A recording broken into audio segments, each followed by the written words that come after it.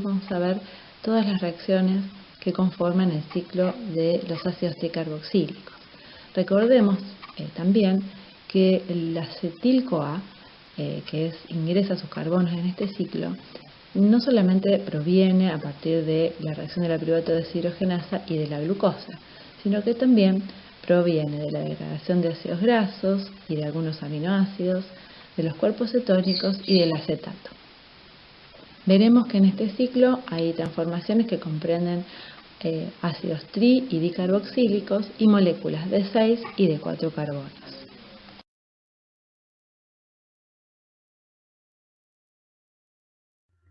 Como mencionamos al principio de esta presentación, el ciclo se compone de 8 reacciones que operan entonces en forma cíclica, regenerando al aceptor de CoA, que es el oxalacetato.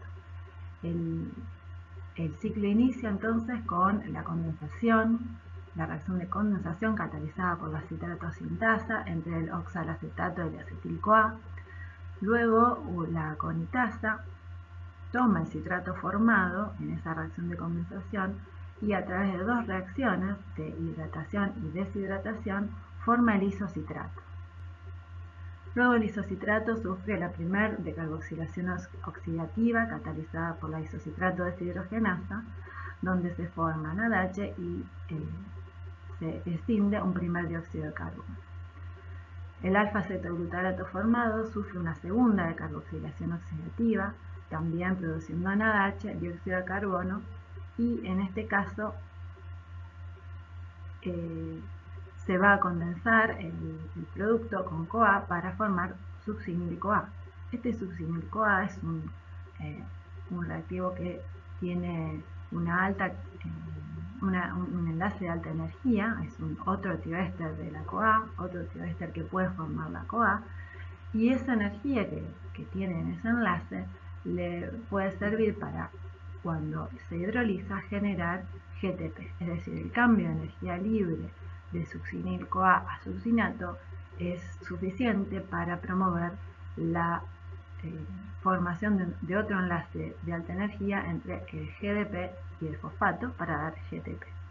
Esta es una fosforilación a nivel de sustrato y es un término que se utiliza para distinguir este tipo de reacciones de fosforilación del ATP o de GDP en este caso, para distinguirlo, como decía, de la fosforilación oxidativa que veremos en unas pocas clases y que requiere de un sistema diferente para la generación de ATP. El succinato, la enzima que cataliza esta reacción es la succinato-tioquinasa o succinil-CoA sintetasa. El succinato formado sufre la reacción de la succinato deshidrogenasa. Esta enzima está presente en la cadena de transporte de electrones mitocondrial, o sea, es la única enzima de membrana de este ciclo. Entonces es compartida entre estas dos vías metabólicas. Esta reacción es una reacción de deshidrogenación, donde el cofactor en este caso es el grupo prostético, en verdad es el FAD, y se forma FADH. El fumarato formado es también un ácido dicarboxílico que va a ser sometido a una hidratación por la fumarasa y se formará entonces el malato. Solamente se forma el L-malato. Ya veremos entonces cada una de estas reacciones en detalle. El malato sufre la deshidrogenación a partir de la malato deshidrogenasa utilizando NAD y generando NADH y regenerando de esta manera al oxalacetato, que es el aceptor en el ciclo. Vemos entonces que se forman 3 moléculas de NADH, una de FADH, 2 moléculas de dióxido de carbono y una de GTP. O sea, este GTP se forma directamente a partir de esta fosforilación a nivel de sustrato y el resto de los ATP se van a formar cuando las moléculas de NADH y FADH cedan sus electrones, la cadena transportadora de electrones, y mediante la fosforilación oxidativa generen ATP. Comencemos entonces describiendo la primera reacción del ciclo, que es la catalizada por la citrato sintasa. Es una enzima que cataliza una reacción de condensación, más precisamente condensación aldólica o condensación Claisen, que es el nombre que se le da a las reacciones de condensación entre dos ésteres o entre un éster y una acetona, como es el caso. La reacción entonces de condensación en realidad comprende la formación de un intermediario, el citril-CoA. Este citril-CoA también es un intermediario tioéster de alta energía, cuya hidrólisis va a ser luego la que potenciará la formación del citrato. Esta reacción entonces inicia el ciclo y es muy importante que suceda en forma exacta, precisa y minimizando las reacciones secundarias. Entonces, consideremos en forma breve cuáles son las características de la citrato sintasa que permiten justamente que no sucedan otras reacciones indeseables en esta primer condensación que inicia el ciclo de Krebs. Bueno, la citrato sintasa es un dímero de dos subunidades idénticas y cada sitio activo se coloca en una hendidura entre los dominios grande y pequeño de esa subunidad, de cada subunidad. La cristalización y los estudios radiográficos de la citrato sintasa y sus complejos con inhibidores y con sustratos lograron descifrar los grandes cambios conformacionales que atraviesa la citrato sintasa durante la catálisis. Podríamos pensar que la citrato sintasa, al catalizar, vimos que catalizaba la condensación del oxalacetato con la CoA, pero mediando un intermediario citril-CoA, que luego se hidroliza. Entonces podemos pensar que si se hidroliza el citril-CoA, podría hidrolizarse el acetil-CoA, de esa manera, imposibilitando la reacción de condensación. ¿Cómo es que no ocurre esta reacción? Bueno, como les digo, con estos estudios de cristalografía y demás, lo que se ha visto es que primero la estrategia que utiliza la enzima es que primero se une el oxalacetato y una vez unido el oxalacetato la enzima sufre un cambio conformacional que crea entonces el sitio de unión para el acetil-CoA. O sea, hasta que no se unió el oxalacetato no existe posibilidad de que se una el acetil-CoA. Esto entonces minimiza la posibilidad, de que suceda la hidrólisis del acetil-CoA. Una vez que se unen, que están unidos entonces el acetil-CoA, el oxalacetato y el acetil-CoA, allí se ponen en cercanía los grupos funcionales para que se forme el citril-CoA. Una vez recién formado el citril-CoA también se inducen cambios conformacionales adicionales en la enzima, de tal forma que el sitio activo queda completamente cerrado y también evita cualquier posibilidad de alguna reacción colateral o que se escinda ese intermediario sin que ocurra la reacción de condensación final. Entonces, vemos que luego sí la citrato sintasa puede llevar a la hidrólisis del citril-CoA, pero no del acetil-CoA. Esta estrategia es también utilizada por otras enzimas, por ejemplo por la exoquinasa o la tiosa fosfatisomerasa que hemos visto en la glicólisis. En esta animación vemos cómo alterna la forma abierta con la forma cerrada de la citrato sintasa.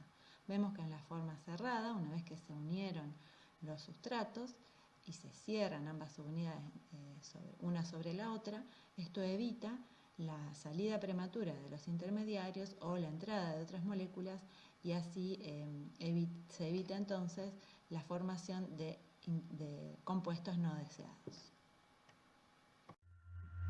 Una vez formado el citrato, el primer ácido tricarboxílico, entonces tiene lugar la acción de la aconitasa, que en realidad va a catalizar dos reacciones, una deshidratación y una hidratación. Y el fin de esta reacción es que el grupo hidroxilo esté colocado en una posición adecuada para que luego sí pueda ocurrir la reacción de decarboxilación oxidativa. Ambas reacciones entonces son catalizadas por la enzima aconitasa y el intermediario es el cis-aconitato. La conitasa es una proteína que tiene un centro de hierro azufre del tipo 4 hierro 4 azufre, también llamada centro de hierro no hemínico. Bueno, los 4 átomos de hierro entonces de este centro están complejados con grupos de sulfuro inorgánico y 3 átomos de azufre de la cisteína. Los vamos a ver en más detalle, estos tipos de centros hierro-azufre, cuando veamos el tema de fosforilación oxidativa. La reacción global entonces podría producir, en verdad, uno pensaría que podría producir distintos isómeros. Es decir, si tenemos en cuenta el cisaconitato, en el cisaconitato, que los elementos del agua podrían agregarse a uno u otro lado del doble enlace, tendríamos que obtener diferentes moléculas de isocitrato, donde el oxidrilo, los que vemos marcados, los elementos de la molécula de agua, o sea, el oxidrilo podrían ir al carbono que proviene inicialmente del oxalacetato o bien al carbono al metilénico que provenía del acetil-CoA. Vamos a ver cómo el mecanismo de reacción de la conitasa hace que solamente se produzca uno de esos posibles isómeros. Aquí vemos representado el experimento que llevó a dilucidar entonces cómo era que se formaba uno solo de esos isómeros posibles. Se incubó acetato marcado, que después dio lugar a acetil-CoA marcado en su carbono carboxílico y en su carbono metílico, con oxalacetato sin marca. Luego de la reacción del citrato sintasa se forma el citrato, como lo ven allí, con las marcas en uno de los grupos metilenos y carboxilos que en verdad son indistinguibles hasta el momento. Luego, con la acción de la conitasa, como dijimos, primero en la deshidratación se forma el cis-aconitato y luego en la hidratación los elementos del agua, el oxidrilo y el hidrógeno, se agregan al doble enlace. Y podrían hacerlo entonces de manera tal que el oxidrilo quedara a uno u otro lado del carbono central, ¿verdad? O sea, en el metileno que provenía del acetato y por lo tanto del acetil-CoA, o en el metileno que provenía del oxalacetato. Cuando separan, digamos, los productos formados, ven que solamente se forma el que tenemos señalado en el punto 1, es decir, aquel donde el oxidrilo va a la molécula, al metileno que provenía inicialmente del oxalacetato. ¿Cómo es entonces que el citrato, siendo una molécula que no es quiral, porque tiene dos grupos dos sustituyentes que son iguales, ese carbono central, puede dar lugar entonces a una reacción que sería como si fuera quiral, es decir, que esos grupos no son vistos igualmente por la enzima, no son tomados de la misma forma. Esto es debido al centro activo, al sitio activo de la conitasa, que lo vemos esquematizado aquí, donde, bueno, aquí están el centro de hierro azufre, 4 hierro, 4 azufre, como lo nombré antes, y aquí se está ubicando el citrato, formando, bueno, los enlaces de coordinación con uno de los hierros. También está ubicada la molécula de agua y un grupo básico de la enzima que también interacciona con uno de los hidrógenos del metileno. Entonces, de esta manera se produce así la deshidratación, se ha producido acá en este caso ya la deshidratación, y cuando se produce el agregado nuevamente de los elementos de la molécula de agua, esto sucede de una manera particular. Lo que se cree que sucede es que el cisaconitato, el intermediario en la reacción de la conitasa, el que se formó luego de la deshidratación, sufre una rotación de 180 grados en el sitio activo, dejando expuesta una de las caras del doble enlace para la rehidratación. De esta forma solamente se forma el compuesto que vemos en la parte superior, o sea, en la vía 1, en su totalidad, y no 50% de cada uno de los compuestos, si es que la rehidratación ocurriera indistintamente en ambas caras del doble enlace. Es una molécula que puede reaccionar con un sitio activo asimétrico, una molécula que no es quiral, pero reacciona con un sitio asimétrico que puede ver diferencias entre entre dos grupos que son aparentemente indistinguibles, se denomina molécula proquiral, como es en este caso el citrato. Una característica interesante de la conitasa es que es una proteína moonlighting, que en inglés quiere decir algo así como promiscua, es decir, que no solamente cataliza y es importante para esta reacción, sino que también tiene otra función que está vinculada con la homeostasis del hierro. Cuando hay poco hierro en las células se desintegran, se desensamblan los centros de hierro azufre de las aconitasas y la apoproteína se une a unos mRNA específicos que tienen que ver con que digamos codifican para proteínas que ingresan hierro en la célula y que lo transportan. Bueno, y habiendo formado el isocitrato, llegamos entonces a la primera de las 4 reacciones de óxido-reducción que suceden en el ciclo del ácido cítrico. Esta es la decarboxilación oxidativa del isocitrato, que es catalizada por la enzima isocitrato deshidrogenasa. El intermediario en esta reacción es el oxalsuccinato, que es un beta-cetoácido bastante inestable. Mientras está unido a la enzima pierde el dióxido de carbono para formar entonces el producto alfa-cetoglutarato. La molécula o el cofactor oxidante es el NAD, produciéndose así la primera molécula reducida de NADH que cederá los electrones en la cadena transportadora de electrones mitocondrial. Un ion manganeso colabora en la reacción de electrones del carbonilo y carboxilo adyacentes al carbono que sufre la decarboxilación. A continuación, el alfa-cetoglutarato formado sufre también una decarboxilación oxidativa análoga a la catalizada por la piruvato deshidrogenasa, y esta es catalizada por la alfa-cetoglutarato deshidrogenasa para dar lugar también a un aducto de CoA, al succinil-CoA, a dióxido de carbono y NADH. Como dijimos entonces, habíamos mencionado antes que esta enzima, la alfa-cetoglutarato deshidrogenasa, también pertenece a la familia del complejo de la piruvato deshidrogenasa, es también un complejo enzimático que la única diferencia que tienen es que hay ciertas diferencias en el complejo 1 en la componente 1 y en la componente E2 del complejo, pero la componente E3 es prácticamente igual.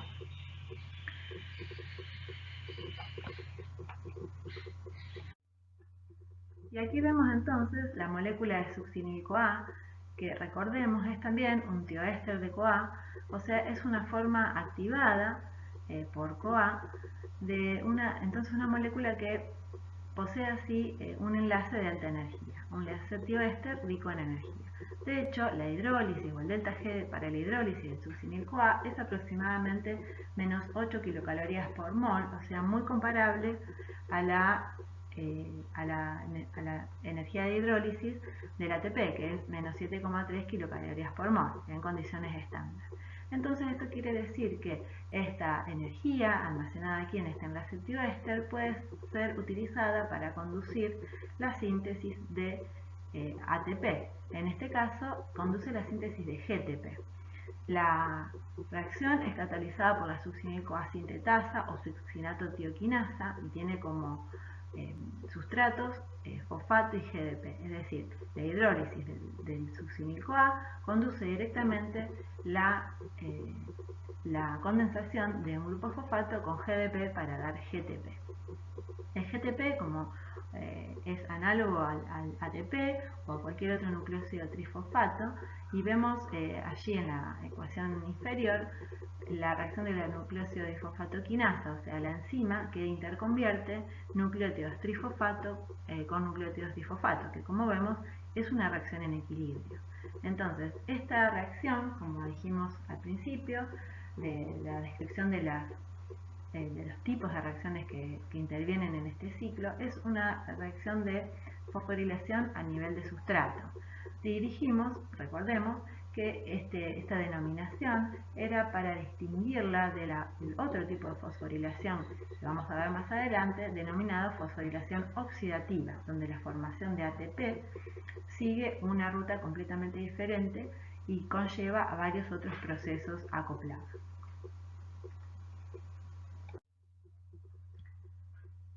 A partir entonces de la formación del succinato van a tener lugar tres reacciones subsiguientes que van a dar lugar a la formación o a la regeneración del aceptor oxalacetato, que puede volver a combinarse con el acetil-CoA y recomenzar un nuevo ciclo. La estrategia que utilizan estas tres reacciones que vamos a ver ahora es frecuentemente utilizada en el metabolismo, donde las reacciones que vemos constituyen una forma de activar, digamos, un grupo metileno en el succinato, se convierte en un grupo carbonilo en tres etapas. Primero una oxidación, una hidratación y una segunda reacción de oxidación. Bueno, aquí en estas tres reacciones no solamente se regenera el oxalacetato, sino que también se producen dos equivalentes de reducción en forma de FADH y de NADH. La primera reacción es catalizada por la succinato deshidrogenasa. Es una enzima que es la única particulada del ciclo, es decir, es la única enzima asociada a la membrana interna mitocondrial y que además se comparte con la cadena transportadora de electrones. Es una proteína, un complejo también que tiene varias subunidades y tiene varios centros hierro-azufre, además del FAD como grupo prostético. Vamos a ver en mayor detalle esta enzima, como decíamos, en la clase de fosforilación oxidativa. En esa reacción se reduce un FAD a FADH y directamente esos electrones son volcados a la cadena transportadora de electrones. Esto da lugar a la formación de fumarato. Este fumarato sufre una hidratación por la fumarasa. Nuevamente la fumarasa da lugar a la hidratación solamente en la forma cis. Los elementos de agua se agregan en forma cis al doble enlace del fumarato y van a dar lugar a la formación de L-malato. Ese L-malato va a ser sustrato ahora de la última oxidación, catalizada por la malato deshidrogenasa dependiente de NAD, que da lugar entonces a la formación de NADH y a la regeneración del oxalacetato. Bueno, en estas reacciones, que son tienen un delta G bastante positivo, es decir, no son irreversibles, en verdad impulsa toda esta cadena de reacciones hacia la derecha el hecho de que el oxalacetato es retirado por el acetil-CoA entrante para ser nuevamente condensado. En esta etapa vemos que el malonato es un inhibidor del succinato deshidrogenasa, con lo cual podría provocar la detención del ciclo. El malonato es, como vemos, un análogo de sustrato, tiene en lugar de dos grupos metileno, tiene un grupo metileno, pero también es un ácido dicarboxílico. Y la semejanza estructural con el succinato hace que sea un inhibidor competitivo de la succinato deshidrogenasa. Bueno, en estas dos imágenes que voy a mostrar ahora, si bien vamos a ver más en detalle todo esto en la clase de cadena transportadora de electrones y fosforilación oxidativa, con la cual este tema está muy vinculado, quería adelantarles algunas cosas porque han visto ustedes que tenemos algunas deshidrogenasas o algunas deshidrogenaciones que utilizan FADH y otras que utilizan NADH. ¿Por qué sucede eso? Podemos preguntarnos eso, ¿verdad? Bueno, a mí me interesaba comentarles que eso tiene que ver justamente con los mecanismos de oxidorreducción de cada cofactor o cada grupo prostético. El FAD, como también vamos a ver con la quinona, puede aceptar dos electrones y dos protones en pasos de a uno, un electrón y un protón, como vemos aquí en esta imagen. Hay un anillo activo que es el de isoaloxacina, que, bueno, como vimos, puede recibir entonces de a un protón y un electrón, mediando, cuando recibe el primer protón y electrón, se forma una semiquinona que es estable. y puede, o sea, tiene existencia estable en las membranas o en las proteínas de las cuales grupo prostético. Esto lo hace muy adecuado cuando tiene que mediar el transporte de electrones entre dadores de 2 protones y 2 electrones y aceptores de 1. Entonces puede tener esta estructura intermediaria, que es la semiquinona, que puede permanecer estable hasta ceder el electrón o bien tomar otro protón y otro electrón. Generalmente se utiliza o tiene lugar la utilización de de FADH como cofactor cuando es necesario retirar 2 protones de distintos carbonos. 2 protones o bien un protón y un electrón de 2 carbonos diferentes en una misma molécula, ¿verdad? En el caso del NAD, por ejemplo, que vemos esquematizado aquí, puede aceptar o transferir un ion hidruro y lo hace en un solo paso. Este es el que vemos esquematizado aquí, es el caso de la isocitrato deshidrogenasa. El anillo aromático del NAD acepta un ion hidruro del carbono que tiene el grupo oxidrilo y un carboxilo del isocitrato y queda entonces como NADH. Uno de los protones que saca del sustrato es liberado al medio.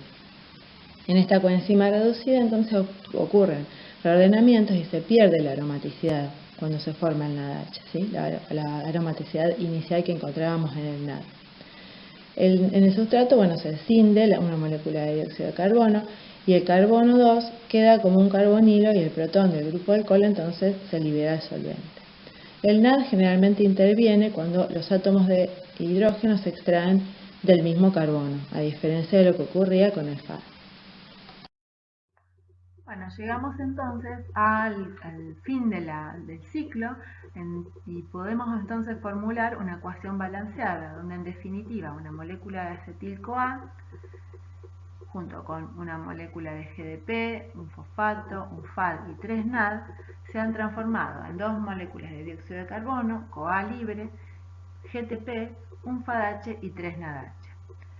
Entonces, en forma directa tenemos un GTP, que es lo mismo que un ATP, y teniendo en cuenta que el rendimiento cuando un FADH cede electrones a la cadena transportadora de electrones es de 1,5 ATP por FADH y el NADH a su vez rinde 2,5 ATP por cada NADH, esto nos da en definitiva que el rendimiento total del ciclo en moléculas de ATP sería de 10 ATP por cada acetil-CoA que se oxida en el ciclo de Krebs. Bueno, dada la importancia que vimos que tiene el ciclo de Krebs en el metabolismo general de la célula, podemos imaginar que está muy regulado. En principio, el primer punto de regulación del ciclo tiene que ver con la formación del acetil-CoA, o sea, con la regulación del complejo de la piruvato deshidrogenasa.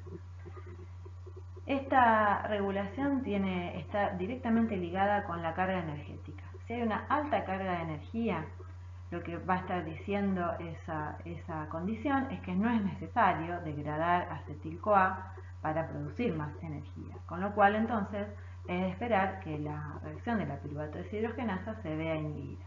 De hecho, es lo que pasa. El acetil-CoA y el NADH, abundantes en una condición de alta energía, y el ATP, van a inhibir al complejo de la piruvato deshidrogenasa.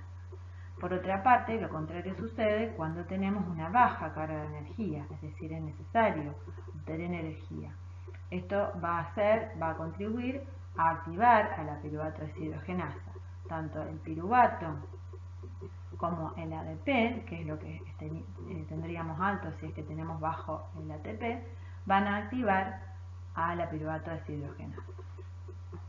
Ahora vamos a ver cuál es el mecanismo que subyace en esta regulación. Bueno, la regulación mediante desfosforilación de la piruvato deshidrogenasa, como la vemos aquí, tiene lugar solamente en eucariotas. La fosforilación de la enzima la inactiva, mientras que la desfosforilación promovida por una fosfatasa la vuelve activa.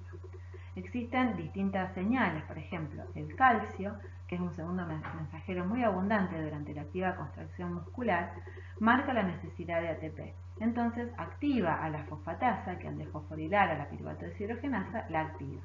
Por otro lado, la insulina indirectamente también activa a la fosfatasa, porque la alta concentración de glucosa que marca la insulina lleva a producir tanto más acetil-CoA como más glucógeno, que es lo que vamos a ver más adelante. Y esto se utiliza, el acetil-CoA en este caso se va a utilizar para la generación de ácidos grasos. En verde tenemos cuáles son entonces los factores que activan. ¿Quiénes activan también a la acción de la fosfatasa, de la quinasa? Bueno, por ejemplo, una alta relación acetil-CoA-CoA, ATP-ADP, NADH-NAD van a actuar directamente sobre cada complejo respectivo de la piruvato deshidrogenasa y van a inhibir a la piruvato deshidrogenasa, es decir, van a activar la quinasa. Todas esas relaciones que nombré recién están indicando alto tenor energético. Vamos a ver entonces algunas cuestiones a tener en cuenta para comprender la regulación del ciclo de los ácidos tricarboxílicos. Las enzimas que tienen un beta-G negativo, cuyas reacciones tienen un beta-G negativo, que son la citrato sintasa, la isocitrato deshidrogenasa y la alfa-cetoglutarato deshidrogenasa, son las regulatorias. El ciclo además está regulado en gran parte por la disponibilidad de sustrato, inhibición por productos y otros intermediarios del ciclo. En general, el ADP, el ATP y el calcio modulan alostéricamente a algunas enzimas del ciclo y algunas de estas enzimas también se asocian en un metaboloma. Desde la reacción de la piruvato deshidrogenasa, pasando por todas las reacciones del ciclo de Krebs. Además de la regulación por fosforilación covalente, la piruvato deshidrogenasa también se inhibe en forma alostérica por altas relaciones acetil-CoA-CoA o NADH-NAD, por ATP y por ácidos grasos. Y es activada inversamente, por AMP, CoA, NAD y calcio. En el caso de las enzimas del ciclo de Krebs, la citrato sintasa es también activada por disponibilidad de sustrato, además de por ADP, es decir, por acetil-CoA y por oxalacetato. Y es inhibida por su producto, citrato, pero también por productos ulteriores en la vía como NADH y succinil-CoA, y por supuesto por ATP. En el caso del isocitrato es inhibido por ATP, la isocitrato deshidrogenasa es inhibida por ATP y activada por calcio y ADP, y la alfa-cetoglutarato deshidrogenasa es también inhibida por producto, succinil-CoA y NADH, y activada por calcio. El GTP dijimos que es obtenido en la reacción de fosforilación a nivel de sustrato y que es análogo al ATP, es un producto del ciclo de Krebs y es también un regulador de todas las enzimas, o sea, un inhibidor de todas las enzimas de la vía. La malato deshidrogenasa también es inhibida por NADH, pero no es una de las enzimas regulatorias de este ciclo. Abajo a la derecha tenemos esquematizada la formación de metabolones, como ocurre también en la glicólisis, es decir, la asociación de dos o más enzimas sucesivas en una vía o consecutivas en una vía, de manera tal que el producto de la primera reacción es directamente tomado por la segunda enzima y transformado. A su vez, el producto de esta segunda reacción puede ser sustrato de una tercera enzima y así sucesivamente. Esta formación de metabolones hace muy eficiente la transformación de los sustratos en productos, evitando la dilución cuando se libera cada producto al medio. Bueno, a modo de finalización de esta clase vamos a ver algunas otras funciones que tiene el ciclo de los ácidos tricarboxílicos, que es, no lo dijimos hasta ahora, pero es considerada también una vía anfibólica. ¿Esto qué quiere decir? Que tiene tanto funciones catabólicas como anabólicas. Aquí vemos representada entonces la interrelación entre el ciclo de Krebs y otros tipos de metabolismo u otros metabolismos importantes en la célula. Algunos de ellos son, en este caso, son anabólicos. Por ejemplo, tenemos que El citrato también, vamos a ver luego, es exportado desde la mitocondria para proveer esqueletos carbonados para la síntesis de ácidos grasos. También el alfa-cetoglutarato interviene tanto en la síntesis de glutamato como en la síntesis de purina y de otros aminoácidos. El succinil-CoA es utilizado para la síntesis, es un precursor en la síntesis de porfirinas y esta es en la síntesis del grupo hemo. También el oxalacetato interviene a través de las aminotransferasas en la síntesis de aspartato y de otros aminoácidos como asparagina y luego forman parte de la síntesis de pirimidina. El oxalacetato, bueno, es precursor, ya lo vieron ustedes en la vía gluconeogénica, puede ser retirado para formar glucosa. Primero, previamente siendo transformado a fosfonolpiruvato, y este fosfonolpiruvato también es precursor de distintos aminoácidos y, como mencioné recién, de glucosa. Entonces, esta función muy importante del ciclo de Krebs, que no habíamos nombrado muy en detalle hasta ahora, es la provisión de esqueletos carbonados para la formación de otras moléculas importantes en el metabolismo celular. Además, hay reacciones, al ser retirados estos intermediarios del ciclo de Krebs, sucede que el ciclo se vería frenado si no está la opción de rellenar esos intermediarios, o sea, de rellenar esas moléculas que son retiradas, de reabastecer, ¿verdad?, de esos intermediarios que son retirados con fines sintéticos. Entonces, allí con flechas rojas vemos 4 reacciones importantes que son justamente las reacciones anapleróticas, es decir, las reacciones de relleno que suceden para justamente que no se agoten los intermediarios del ciclo de Krebs, lo cual sería letal para la célula. Ahora vamos a ver en detalle las reacciones que cataliza cada una, pero vemos, por ejemplo, la reacción de la piruvato carboxilasa, que provee oxalacetato a partir de piruvato. Entre el oxalacetato y el fosfonolpiruvato hay 2 enzimas que actúan interconvirtiéndolos, la PEP carboxiquinasa y la PEP carboxilasa.